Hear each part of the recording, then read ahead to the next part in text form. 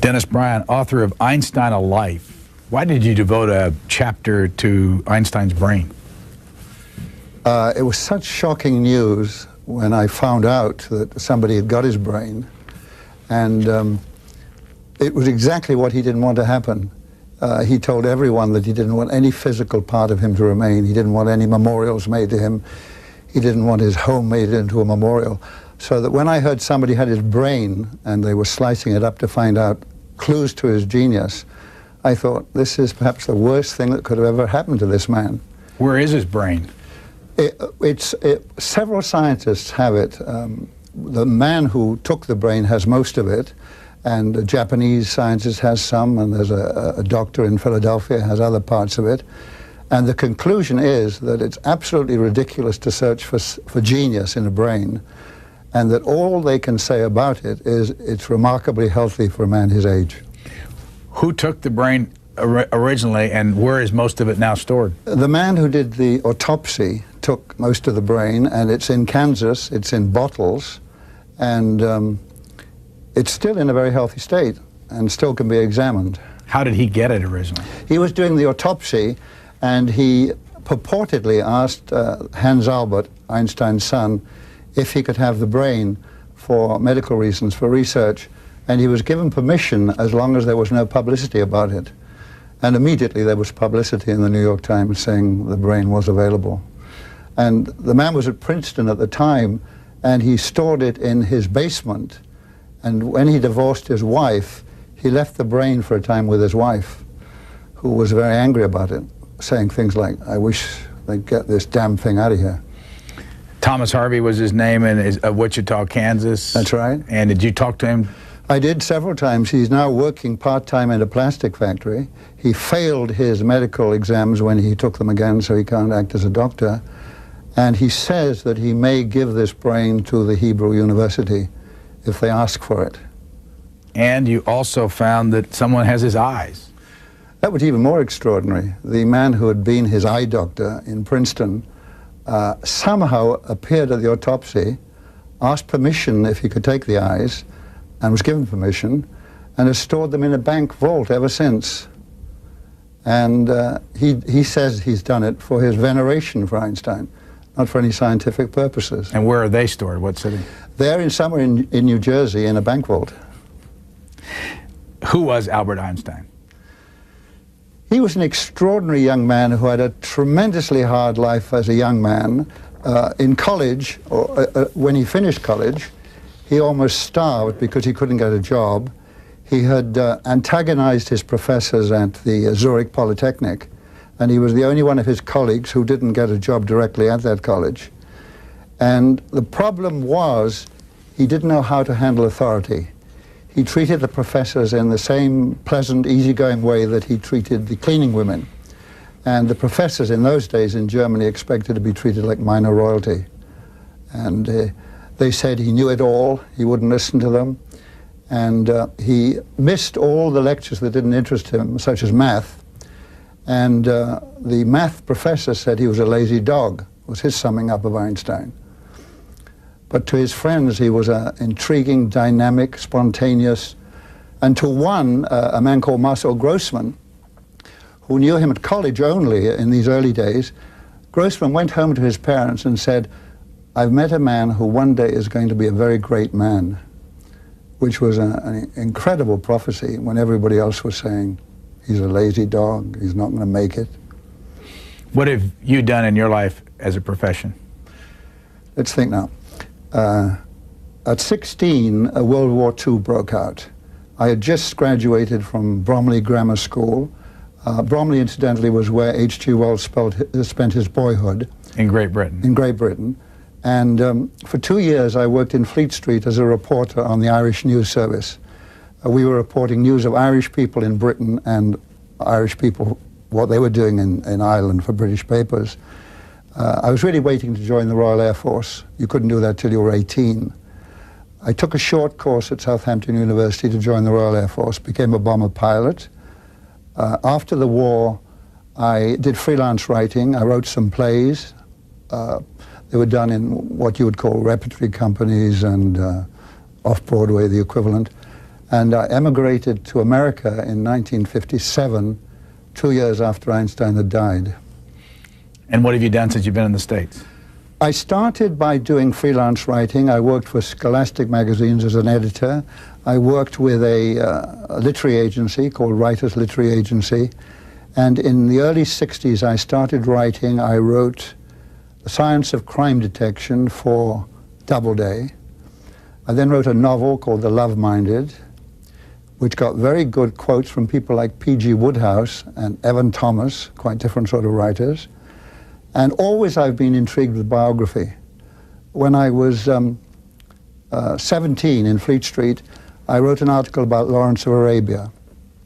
Now, he was the cliche, a legend in his own time. And that's what's always appealed to me, to find the truth about the so-called legends in their own time. I wanted to say, what I think scientists and biographers have in common is the search for mysteries, to try to solve mysteries. Where do you live today? I live in West Palm Beach, Florida. How long have you lived there? About 20 years. Are you an American citizen? No. Kept your British passport? Kept my British passport. I have an American wife who helped me tremendously on the book, an American daughter, and an American grandson and an American granddaughter. When was the first time you thought you would be interested in doing a biography on Albert Einstein? 1972.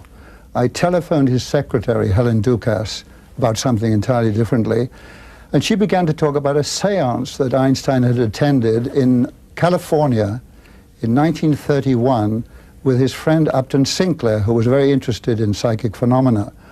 And at this seance, she was scared out of her wits. She was sitting in an adjoining room where the seance was taking place, and there was suddenly a ring at the door. And she thought it was a spirit appearing. It was actually somebody with a letter.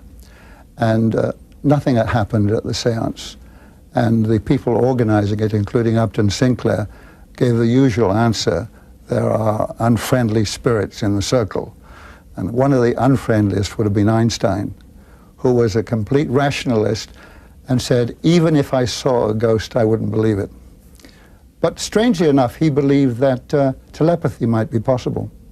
You have a number of pictures in the book, and I want to try to show this small one right here because Helen Dukas is in that picture. Can you tell us where she is in there? She's on my left, where your finger's touching her. That's right. That's next to her is Einstein's stepdaughter, Margot. There's unmistakably Einstein in what we British call braces. There's his very good friend next to him, Dr. Bucky, Dr. Bucky's wife, and behind, the tallest man behind Margot is Thomas Bucky, who was also a very close friend and gave me a great deal of information about Einstein, personal information. Knew him very well. Is Helen Dukas still alive? No, she died in 1986. What role did she play in Einstein's life? She became his secretary in 1928. She was scared out of her wits when it was suggested she should be his secretary, because like me, she knew nothing about physics. But she was persuaded to go and see him, and he was very ill at the time. He was in bed. He'd had a very badly strained heart, and she was taken up by his wife, and the wife, then his second wife, Elsa, who was also his cousin. And Einstein immediately put her completely at ease with a few soft jokes. What was she like? Very pleasant, very easy to talk with, but absolutely tough in defending him, a real watchdog. She scared people off, strangers who tried to see him and badger him. And she devoted her life absolutely to him. As secretary, and after his wife, Elsa, died in 1936, she was the housekeeper. I think I read in your book that you said that on 8 occasions over 11 years he was nominated for a Nobel Prize. Why did it take so long for him to get one? Fascinating. One, the judges didn't understand relativity. It had not been experimentally proved until after World War I, when Eddington did an experiment proving it to be accurate. And also, there was a definite anti-Semitic tinge in the people who voted for him. One man was a very close friend of Hermann Goering's, and his being Jewish and very pro-Jewish was the cause. So it was a mixture of, they didn't understand relativity. And in fact, when they gave him the prize in 1922, it was for the photoelectric effect, another of his discoveries, which today we make use of it in automatically opening doors, the electric eye we call it. You know. All right, can you tell us what the theory of relativity is? You know, there are many aspects to it, and I was afraid you were going to ask me that. I took notes. Was there any part of it, you read it, that puzzled you? Well, just what is it? Well, I mean, E equals mc squared. Yeah, well, that's the most dramatic part of it, which means that in everything physical in the world, there is tremendous energy that can be released. Everything can be transformed into energy. Energy equals mass times the speed of light squared. And the result of that is the atomic bomb when the atom was split and the chain reaction took place. Einstein didn't know it could be done at the time, but it was, the equation proved what was there. And let me think now. It's also a lot to do with the movement of planets and speed of planets in space. Up till then, let me think now. Newton and everyone else believed there was an invisible ether that pervaded the entire universe, and that everything in it, all planets, the speed of them should be judged against that ether. It's as if you imagine the ocean. Under the ocean there are submarines and swimmers and everything, and their movements and speed is judged against the ocean. Einstein said, let's forget about the ether, and it doesn't exist in fact. Let's forget about the ether.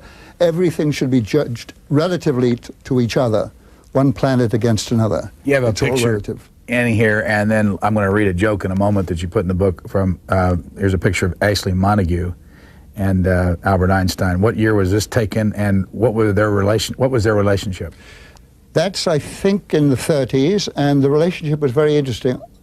Ashley Montague, who's an anthropologist, he's famous for The Elephant Man. He wrote The Elephant Man, which inspired a movie and a play. And he's also, your women viewers might like to know, he's famous for a book called The Natural Superiority of Women. He used to be on TV programs or radio programs, and he was asked questions, and he would telephone Einstein for his advice. And the joke you may be referring to was when Ashley Montague was asked the number of hours most people slept at night. And Napoleon apparently was said to have slept very few. And when Einstein was told that, he said, well, that's because Napoleon's a big boaster. That was his joke to him. But one other thing about the special theory of relativity that's very important is that no two events can be described as simultaneous or happening at the same time except in your own environment. And now the extension of that is that events happening, stars moving, for example, they're millions of miles away from us, millions of light years away from us. So if you want to calculate what's happening there, you've got to take into account the space that's traveled and the time it takes. How old was he when this theory was propounded by Albert Einstein? 26.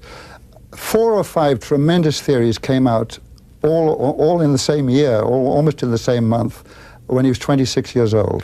What has happened since he was 26 and revealed this theory that would not have happened had he not invented this?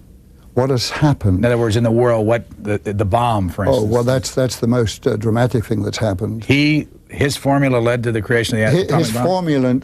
His formula showed it was possible, but it would only have been possible if the atom could be split, which it wasn't for another, maybe until about 1930, something like that, till another 25 years. Where was he born? He was born in a little town city called Ulm, U-L-M, in southern Germany.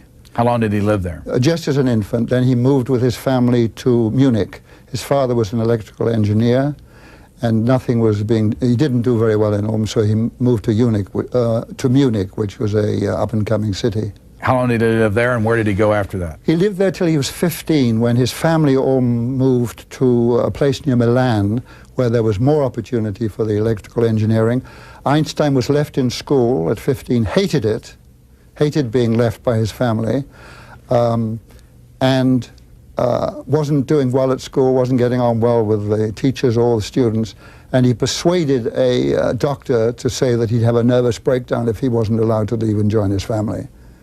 And he was faced with, at one point when he went to Switzerland, with military service. He was faced with military service in Germany if he had stayed. When he went to Switzerland, which he did to go to college, he was also faced with military service, but the medical exam failed him. on the grounds that he had flat feet and varicose veins, both of which his doctor friend Thomas Bucky denies, who's seen him in bathing trunks, that he had neither flat feet nor varicose veins. Who said he had it then? The Swiss medical authorities. Why?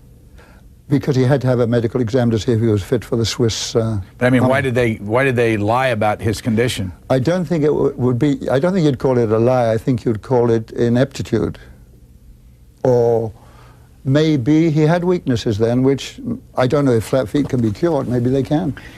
How long was he in Switzerland? Quite a long time. He took an exam for Zurich Polytechnic and failed it. To his relatives' amazement, because by that time he was considered a potential genius. He was brilliant at mathematics. But he'd taken it a year or so younger than the average age. But he'd done so well at mathematics, they said, if you graduate from high school, he'd left a year before high school, if you graduate, you can come straight in without retaking the exam. And he went to a high school in Switzerland where he absolutely had a marvelous time. He fell in love for the first time with his teacher's daughter. He lived in the house with the teacher and the teacher's children, and he did very well. He became a terribly enthusiastic violin player, and then he went from there to Zurich. He went to the Polytechnic for 4 years, graduated, fell in love again with the woman he married, Mileva Marek, and then they moved to Bern. He lived in Bern for a while. Let me jump back though. Mileva Marek was pregnant before they got married? Mileva Marek was pregnant before they got married with a little girl who was born in Serbia. She went home to have the baby born. The whereabouts of this baby now is absolute mystery. She disappeared at the age of 3. It's assumed that friends of the Einsteins had her adopted, but what the fate of this girl is a complete mystery. Various people have tried to find out, and in fact there's a young woman from the New Yorker magazine, I think now in Serbia, trying to find out what happened to her. She may be alive today, she'd be in her 90s. Are there any other Einstein direct descendants living? Direct descendants, yes. Grandson living, Bernard living in Switzerland, and several grandchildren. Bernard is the son of Einstein's eldest son, Hans Albert. Einstein's youngest son, Edward, was in a mental asylum for the last years of his life with schizophrenia. Was there an illegitimate child? The illegitimate child is the first one born. I don't know if they call them illegitimate today, but born before. And the extraordinary thing is, Einstein was looking forward to the birth of this child very much, talking about seeing it and when it came back. But there are all sorts of reasons why it would have been terribly difficult for them to have had the child with them then. Okay, where else did he move to? What was next? When they moved to Bern, he worked. After he almost starved and couldn't get a job, he started a little academy of his own, teaching friends, 2 friends. He made lifelong friends teaching as a tutor. He and Mileva did a little tutoring. He then did some part-time teaching in schools. And then through this friend, Marcel Grossman, who predicted he'd be a great man one day, he got a job in the patent office in Bern. And what he had to do was look at the patents that people had sent in and their description of the patents and clarify them, simplify them, see if they worked, and recommend whether they should be considered. And it was a great help to him because it focused him very much on being succinct about describing things and looking immediately for the flaws and that sort of thing. Go over 2 or 3 of the next moves he made, just so we can get some sense of what he did. He went to the patent office, and after about 7 years in the patent office, in which he was doing fairly well, he was promoted, and they thought very highly of him. He got a chance to be a lecturer in a Bern university. A professor had taken a great interest in him, and he lectured there, and he was a very poor lecturer to start with. And then he got his PhD at the University of Zurich, and from the University of Zurich, where he taught too, he went to Prague University. And from Prague, he... we have a picture from 1922. Was this a good likeness of what he was... you point out here that he always buttoned the top button of his coat? That's right. That's him in Berlin. And it really, what is the point of, he didn't bother to button his coat, and he just bothered with the first one. His interest in dress was absolutely nil, and partly what it was, including his long hair, he tried to simplify everything. There's a story that Bucky told me that he used to shave, Einstein used to shave only with water, and it was very painful. And Bucky gave him some shaving soap at one time, introduced him to it, and Einstein used it, said it was marvelous, and then went back to just water again, because it was just simpler. How smart was he? He was absolutely brilliant. I mean, all the people I spoke with, before I did this book, because my knowledge of physics was practically none, as a preparation, I read up on physics and I interviewed Nobel Prize-winning physicists, and that made another book of mine called Genius Talk, Conversations with Nobel Scientists and Other Luminaries. And every one of them said there was really nobody that could match Einstein for brain power. And the only person they would even consider in the same sphere as him was Niels Bohr. And who was Niels Bohr? Niels Bohr was a Danish scientist who started a school in Copenhagen, and almost all the great scientists, contemporary scientists, went there and studied there. Where was he at age 26? Einstein at age 26. When the theory of relativity was discovered? He was at the patent office. In Bern? In Bern, yes. Switzerland. When did he first come to the United States? He first came to the United States in 1921. He came with Chaim Weizmann to do a tour to raise funds for a Hebrew university. And they did a lightning tour of all the major cities. And then his next visit to America was in 1931 when he went to California. Where did he go in California? He went to Los Angeles. He went to the University of California, to Caltech. And it was from Caltech, where he went a few years running in the 30s, somebody wanted him for what was to be the Institute of Advanced Study in Princeton, a new organization. When did he go to Princeton? He went to Princeton in 1933 when Hitler and the Nazis had declared him public enemy #1, and there was a price on his head. Along the way, what citizenship did he hold? He was born in Germany, so he was naturally a German citizen. He renounced his German citizenship and for a time was a citizen of no nationality. Then he eventually got Swiss nationality. And eventually in 1940 he became an American citizen. You have a book on biography. Yes. And let me see, I'm sure you remember the title of it. It's Fair Game, What Biographers Don't Tell You. I decided that biographers should be put to the same scrutiny as they put their subjects. So I, as well as a survey of biography through the ages, I interviewed quite a few contemporary biographers, including Bob Woodward, who's quite interesting.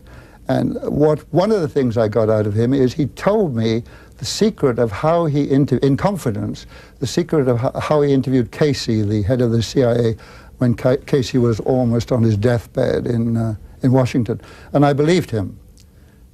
Did you print it? It was in confidence. He told you in confidence? In the book, yes, he told me. He won't tell people how he did it. You see, he says it's a secret, so they say, well, obviously, like Deep Throat, he's covering up either it doesn't exist or it's not as he describes it. So I said to him, you know, some people have told me that fellow reporters and biographers, they're very disappointed in you because you could confide in them, you could tell them how you did it, and they could then say, I believe Bob Woodward, and that would at least give you more credibility. So he did tell me in confidence, and I believe him. And it's almost like a Conan Doyle story of the dog not barking or whatever. It's very simple. And you never can tell the story? I don't know about never. I could tell if Bob Woodward tells it or gave me permission to tell it. Rather, as he said, he won't tell who Deep Throat is until Deep Throat dies or gives him permission. Well, why do you think he trusted you not to tell the story? I think the same reason people trust him. And that was the thrust of my book on biographers. You've got to know about them, their integrity or lack of it, to know if you can trust their biographies.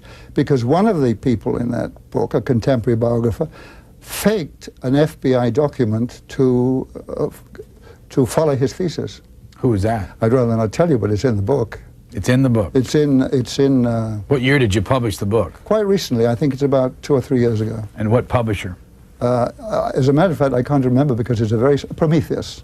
Prometheus. Do you know the Prometheus press? But this is a Wiley book you've got here? This is a Wiley book, yes. They mostly do scientific and business books, but they're branching into trade books very much in the last few years. How long did you work on your biography book? It's really a lifetime. I mean, but you mean literally worked on it? Yeah, but about a year or 2 years. But this is a 25-year effort. This the Einstein book. Yeah. Over the years, I wrote a biography of Ernest Hemingway as well in the meantime. But I started this in '72 with that original phone call to Helen Dukas.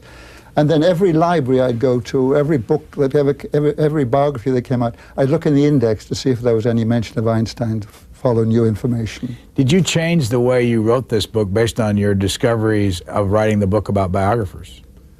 Well, another book of mine is called Murderers and Other Friendly People, the public and private worlds of interviewers. This again was to try to find out, it's so important, the interviewer in a biography, getting information, to find out the secrets of people like Truman Capote and the man who wrote Roots and how they go about it.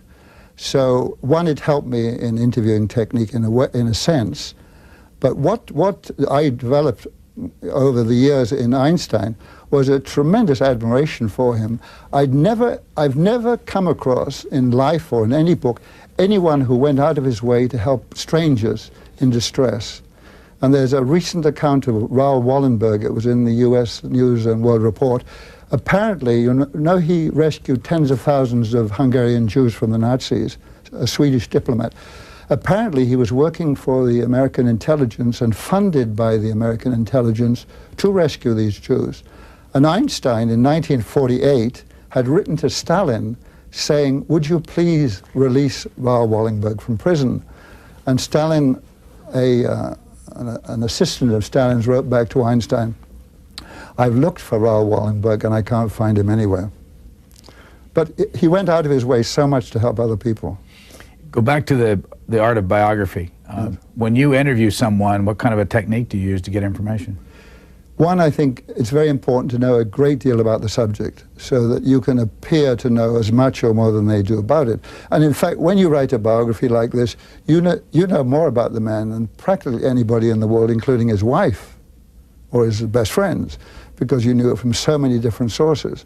So that I think when you know so much about a person and you can talk to somebody who also knows them, you can give them information that interests them. And this was one of the things that Truman Capote said, which is in a sense deceitful, was to empathize with the subject. He, for example, did an interview with Marlon Brando for The New Yorker, and they were talking about both having alcoholic mothers, or rather Brando was talking about having an alcoholic mother. So Capote would say, well, I know exactly how you feel. I had and with this sort of empathy, he felt he got much more out of the person than he did. Who was Carl Selig? Carl Selig was a very wealthy Swiss man who was interested in the mentally retarded people very much. He wanted to write a biography of Einstein because he was intrigued with him, and he wrote to Einstein suggesting he should do it, and he had taken an interest in Einstein's son who was in the mental asylum and befriended him. And on account of that, and rather amusing, he used to send packets of Swiss soup to Einstein. Maybe this is the way to get information and help from people too. Einstein heard about him more and trusted him and believed he was a man of integrity and gave him a lot of information, told his friends to be frank with him, and even helped him get to know more from the son in the mental asylum. What did you think of the biography written by Carl Selig? Very good. Very good, except that it was a Einstein and Helen Dukas inspired book, and the information came almost always from friends. So if I picked up that book and read it, and then read yours, what kind of information do you bring to the table that wasn't in that book? Well, many people wouldn't speak frankly about Einstein until almost everyone close to him died. Now, his stepdaughter Margot didn't die till 1982, and his secretary Dukas till 86. So people were cautious. When they were all dead, there were quite a lot of people who were willing to speak very frankly. Who did you talk to? Did you talk much to Helen Dukas? Not a lot, no, not after that first conversation, but who I spoke with, for example, were a Presbyterian minister's son who were neighbors of the Einsteins, who knew them very personally, and who helped, in fact, smuggle the archives out from France and Germany to America, and knew them very personally, meeting them and that sort of thing, to Bucky, the doctor's son, who in Princeton used to be his chauffeur and who went on almost every vacation with him for several years and was a very close friend. And also, I spoke with his biographers, I spoke with his colleagues. Banish Hoffman, for example, was both a colleague and biographer. You paint a picture at some point of an office on Princeton that somebody, I don't remember the story, where somebody was hanging down to look in the office. This is how Einstein intrigues people. One 70-year-old man went to the Institute to see Einstein's study. And Still there? It's still there, yes, and somebody else occupies it, and it was closed. So he climbed up, and I think it's 2 stories, and he was hanging from the windowsill, this 70-year-old man, to just take a glimpse inside. And there's a Japanese scientist, too, who was so enthralled with anything about Einstein that he asked for a sliver of the brain from this man out in Kansas and got it and took it back to Japan, and he has a museum of Einstein memorabilia. Who's Jane Swing? Do you remember? Jane Swing is that's a marvelous story, a young woman who, with a girlfriend, the younger daughter of this girlfriend had been to Einstein to ask him to help her with his math. And Einstein helped her with the math, and when the 2 girls came to call for the younger sister, Einstein invited them up to his very untidy study and asked if they'd like to have lunch with him. And they said yes, and the lunch consisted of something like baked beans, which he opened cans of baked beans, which he heated under a Bunsen burner and gave them to the girls for their lunch with him. What would he have, and did you hear him, did you hear his voice? I've heard his voice on radio, or radio, and also in films, documentary films of him. It's a very quiet, gentle, slow, musical voice, which is an incredible contrast from this dynamic young man. As a young boy, he had a terrible temper, and he hit his sister, Marcia, over the head with a garden hoe in one of his tempers, so that she said, to be the sister of a thinker, you must have a very thick skull. But he always seemed to have this rather mellow, soft, high-pitched, I don't know, mellow and high-pitched, maybe contradictory voice. Accent? A German accent always, but and with rather things like, I think I will a little study, and she is a very good theory. But where are either the recordings or the films of Albert Einstein kept? Various different places, like there'd be CBS and that sort of thing. The archives have some, film companies have some, and I'm sure Hebrew University. Hebrew University have the original archives. Princeton have a copy, and Boston University have a copy. He was offered the presidency of Israel. He was offered the presidency of Israel, and he was very ill. He died. It was shortly before he died. He died in '55 at 76. He was offered it obviously in '48 when Israel became Israel. But he said that it was not a job he could do, really dealing with people. And despite the fact that he claimed to be a man who loved to be alone and that sort of thing, he had more close friends than anyone I know about, and communicated with more people and wrote to them. And who were his closest friends? I think his closest friends were, in his young days, Marcel Grossman and Michelangelo Besso, who worked with him on his science, was like a sounding board for him, and another man called Max Born, who was a scientist, and Max Born's wife, Haydée Born. And in America, in later life, Bucky was one of his closest friends, this man, Thomas Bucky. And who was he? Thomas Bucky was a medical doctor. Where? Living in Connecticut. How did they get? He was living in New York City at the time. How did they get to be friends? Well, the father, Gustav Bucky, was the medical doctor to Einstein's stepdaughters, Ilse and Margot. And he met them through that, and he was also an inventor. Bucky, he'd invented a kind of camera for medical purposes which is still in use. And he and Einstein became very friendly, and Bucky could discuss science with him and medicine. Strangely enough, Einstein had many medical doctors as friends, though he was very skeptical about the medical profession and their ability to cure. How tall was he? About 5'6". How heavy was he? In later years, he was a bit heavy, but he had quite a good physique. With that, little liaison or flirtation with Louise Reiner, the movie star, you can see he looks quite a good shape, quite muscular. He loved rowing. He is in white there. He's rowing there with Louise Reiner and her husband, the famous playwright. Was there some suspicion on the part of her husband that there was something going on between them? He was a very jealous man. Have you got his name there? He was quite a famous... Yeah, I get it. Clifford Odets. Clifford Odets. He was a very jealous man. He had many affairs himself. That's perhaps why he suspected his wife, Louise Reiner. And Einstein was quite flirtatious with her, and she obviously was attracted to him. And Odets was so jealous that photographs that were taken, every one he could get hold of, he cut out the photograph of Einstein's head, and that's one of the few photos that escaped that jealous attack. How long was he married to Mileva? He was married to Mileva from about 1900 to 1918, about 17 years. And we've got a picture here of the two boys. That's right. And what was his relationship to Hans Albert? Hans Albert, his eldest son.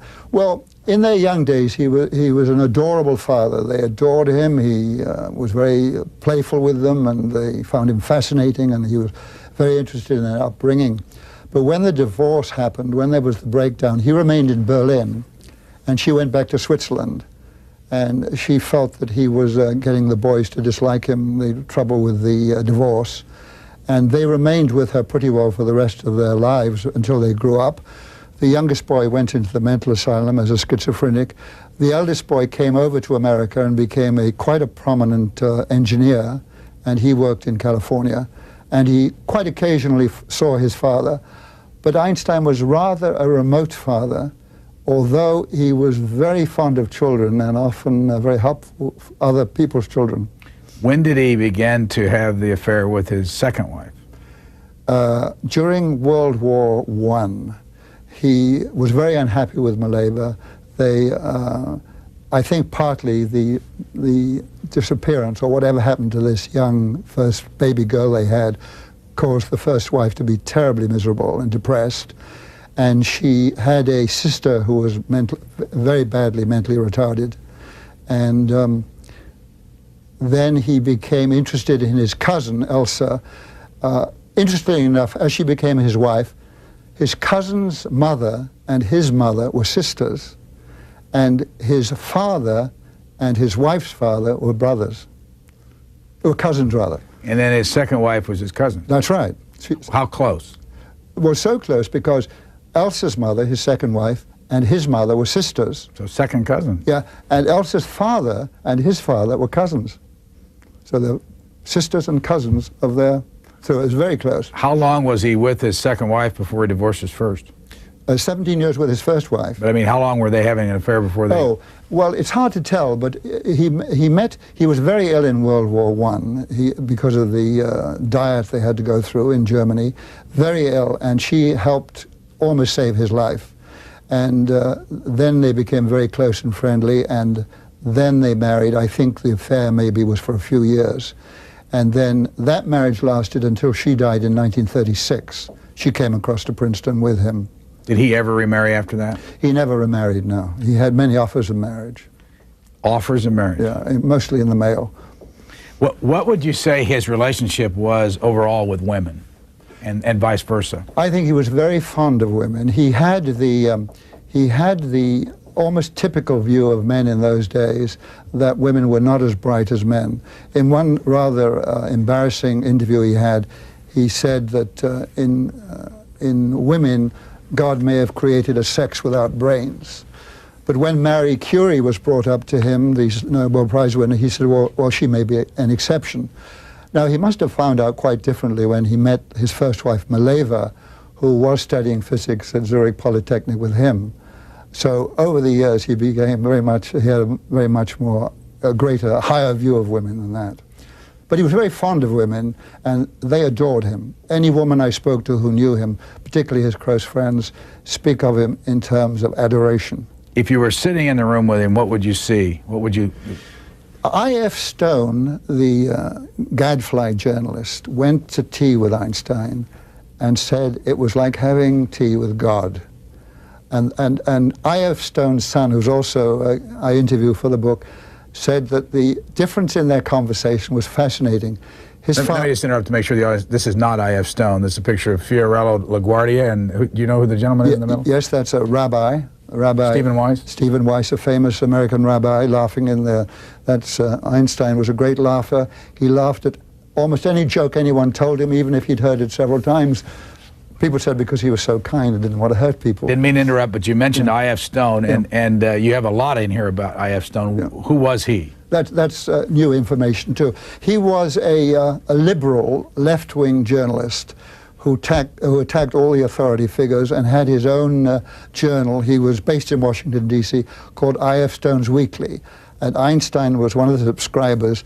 And interestingly enough, Marilyn Monroe was another subscriber, and she bought a copy for every member of Congress and sent it to them. You said that its inaugural issue of the newsletter was only 5,300 copies? 5,300 subscribers? 5,300, I think that's right, yeah. I mean, it had a small but very influential readership. And they thought along the same lines. They were both liberal, they were both great liberals, they both were very sympathetic towards the plight of Israel, but also very sympathetic to the being fair to the Arabs. And through their correspondence, Einstein invited him and his family to lunch, and they had this great conversation together, which I.F. Stone told me about, and the Sun, which, did you find it quite delightful? And what was the conversation? Well, they were mostly discussing about peace, and they were also discussing about McCarthy. It was during the McCarthy years, and I.F. Stone had a very low opinion of McCarthy, and so did Einstein. Where is, was it Christopher Stone, the son? Where is he living? Christopher Stone, the other son, you mean? No, I.F. Stone's son. The son who I interviewed is in California, and he's a prominent lawyer and very interested in music. And the other son, I think, is editor of the Federation for American Scientists, editor of their journal. I wrote down in the early part of this words like pacifist, left-winger, an accused communist, communist sympathizer, all kinds of words that you used to define Albert Einstein. He was a tremendous pacifist until the Nazis came to power, and also during the Spanish Civil War, when he realized that the democracy was completely at stake. And then he was a realist, and he disappointed pacifists by saying the democracies have to rearm to survive. And when Israel was threatened, saying, obviously a small country has a right to defend itself. He was a tremendous liberal. He belonged to the Social Democratic Party, which in Germany, the strongest platform they had was social justice for all, and that the major industries should be either owned by the government or controlled by the government. And because he was a liberal during the McCarthy era and the Cold War, and because he saw the Soviet side of things as against the American side of things, almost like a devil's advocate, people thought he was a communist, but he was the farthest thing from a communist. He hated tyrannies of any kind. He hated the Stalin regime. But he would argue that the Americans were making mistakes too.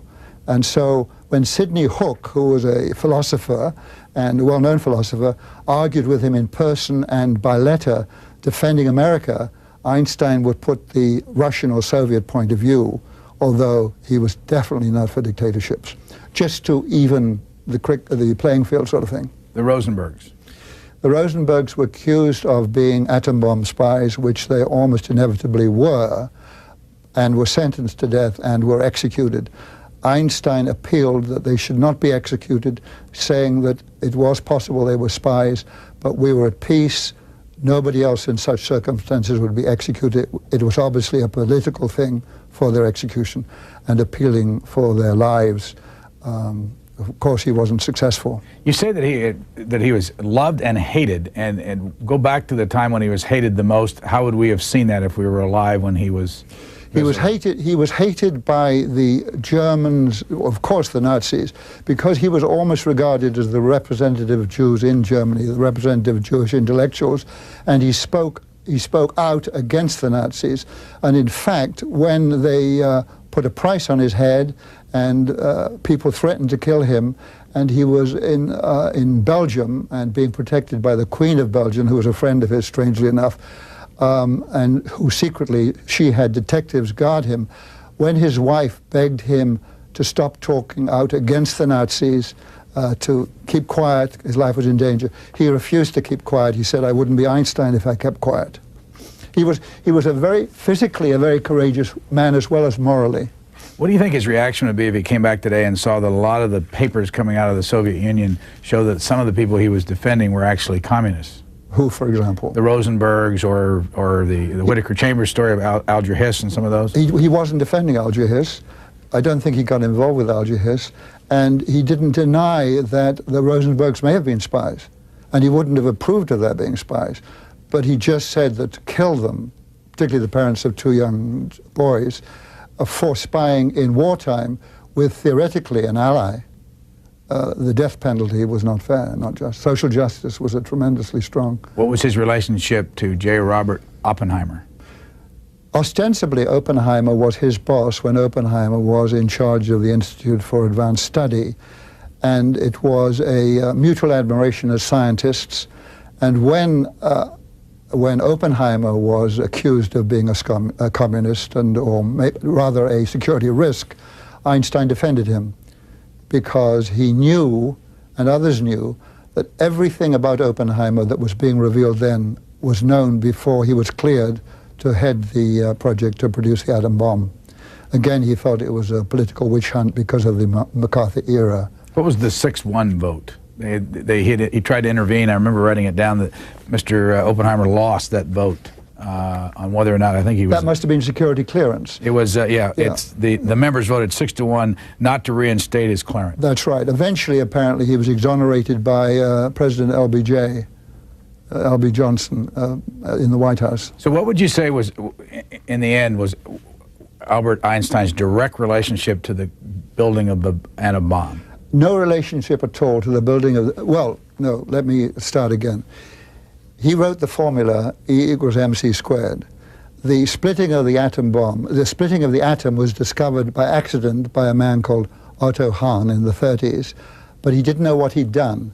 And a Jewish colleague of his, Lisa Meitner, and her cousin discovered he had found out that the atom could be split. When the extension of that chain reaction could take place, they knew that it was possible to create an atom bomb. Einstein, when he heard through secret information through Switzerland that the Germans were probably working to create an atom bomb, realized they could win the war and destroy civilization. So he was persuaded by Leo Szilard, a former student of his, also a brilliant physicist, and Eugene Wigner, another physicist, to write a letter to President Roosevelt warning him that the Germans were not allowing uranium to be sent out of Czechoslovakia, and there was very good information an atom bomb was in the works. He should get onto it for the Americans. Do you think you would have liked him? I think I would have loved him. And I think this is a motive, too, for writing biographies, people you would like to have known very much. Do you happen to know where this picture on the cover is from? I don't. I don't think it's a very good one of him. He looks far more gloomy than he does in many photographs. It's intriguing cover, I think, particularly putting his head above the eye. Maybe there's some symbolism, eye. Did you have anything to say about how this cover looked? Absolutely not. And why did you do business with John Wiley? I had a relative who worked for them in England, and he told me that they were now doing trade books and were interested in biographies. They were interested in a man called Martin Gilbert, who'd done all the official biographies of Winston Churchill, and they've recently done a biography of de Gaulle.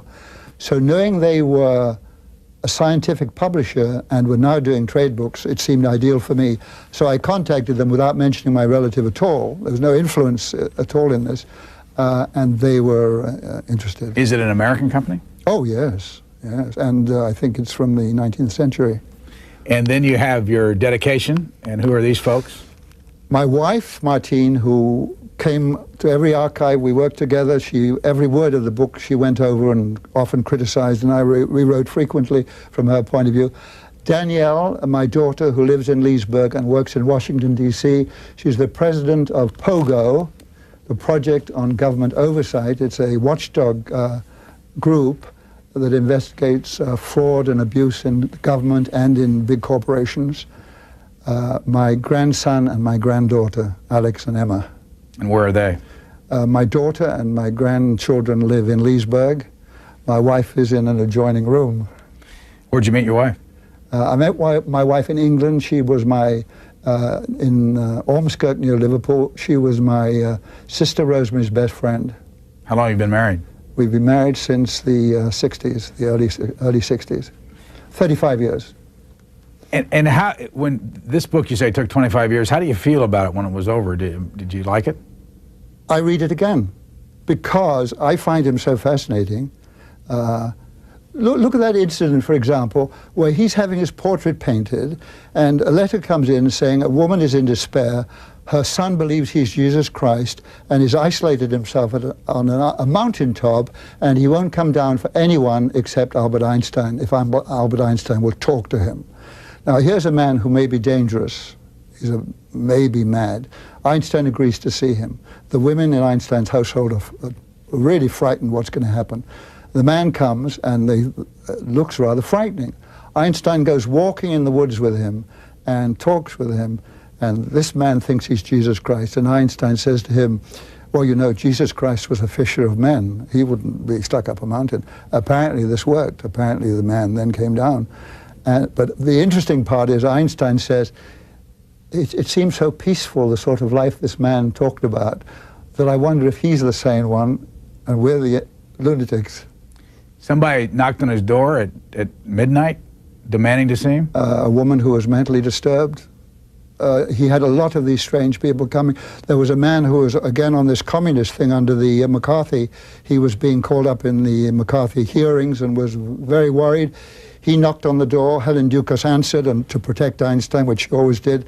But she knew Einstein would want to help this man, and he gave him advice and helped him in a way. Never drove a car?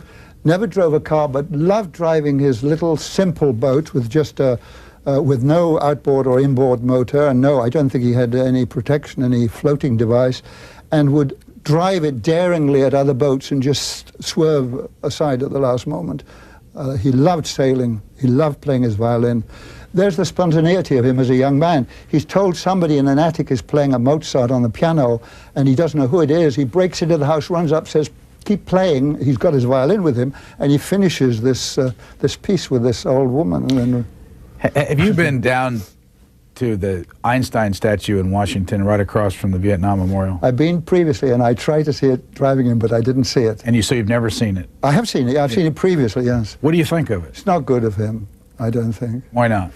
I hardly think any statues are good of him. I don't think the statue of Churchill in London is good of him.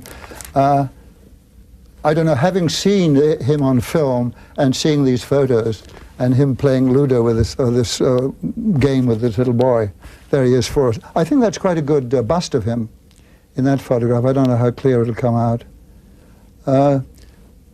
I think the living people, it's very hard to get the life blood seen in the statues of them. I want to go back to the story. I was talking about another story earlier. I didn't read it then, but yeah. This is the one that Ashley Montagu told Einstein, a joke with a Jewish inflection, which became one of his favorites. Quote, "It's about two Jewish tailors in the Bronx," said Montagu. "One of them happens to mention the name of Einstein, and the other one says to him, 'Who's Einstein?'